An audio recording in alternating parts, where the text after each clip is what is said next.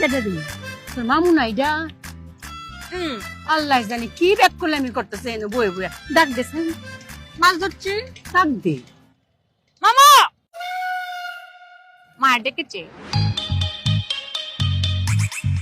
কি হচ্ছে মাছ ধরি বাইরে অনেক কষ্ট করে ব্যাক করলে তো একটু চালাকের দিকে যাইতাছি এমন সময় তুই আর ব্যাক করলে আমি করে আমরা মানুষ যেতে নষ্ট হইস না কি তো কও তুমি মাছ ধরে ব্যাক করলাম কুম্বালাতে মাছ ধরো সকাল থেকে দুপুর পর্যন্ত ব্যাক কল আসছিলাম তখন একটা মাছ ধরে নাই এমন একটু চালাক হয়েছি এই 10টা মিনিট আগে চালাক হয়েছি অন্ধর ওমায় গো চালাক কেম বইলে সকালে মাছে বিস্কুট দিছি খাই নাই তারপরে পাউরুটি গুলাই দিছি খাই নাই ময়দা দিছি খাই নাই তারপরে ব্যাক করতে একটু চালাকি করে একটা বুদ্ধি খাটাইছি কিতা করেছো কি দিছ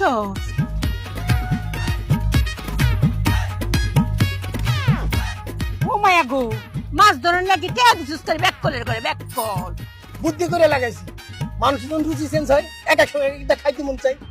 মাছের তো রুচি চেঞ্জ হয়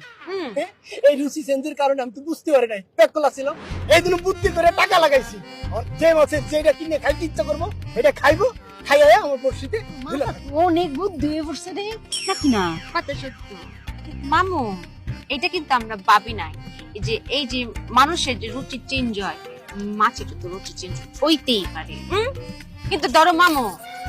মাছ এই টাকা দিয়ে তার পছন্দ মতো খাবার খেলো কে যদি বেমানি করেছে না সে দেখুন মতো কত কত রে হ্যাঁ মানুষ বেইমানি করতে পারে কিন্তু পৃথিবীর অন্য কোনো প্রাণী আর বেইমানি করে না এই যে মাছ ভাববো কি যে মনিবের টাকাতে আমি জিনিস খাইছি ওর নুন খাইছি ওর গুণ গাইতে হইব মাছে ডাবদার রুচির মতো কিনে কিনে খাইবো তারপরে আয়া আমার পরিস্থিতি ঝুলে থাকবো হ্যাঁ 100 টাকা করে 500 টাকা দিতে রস না 1000 টাকা দিলে বড় বড় মাছ আইবে ইয়াল্লাহ এটা তো ভাবি নাই ইস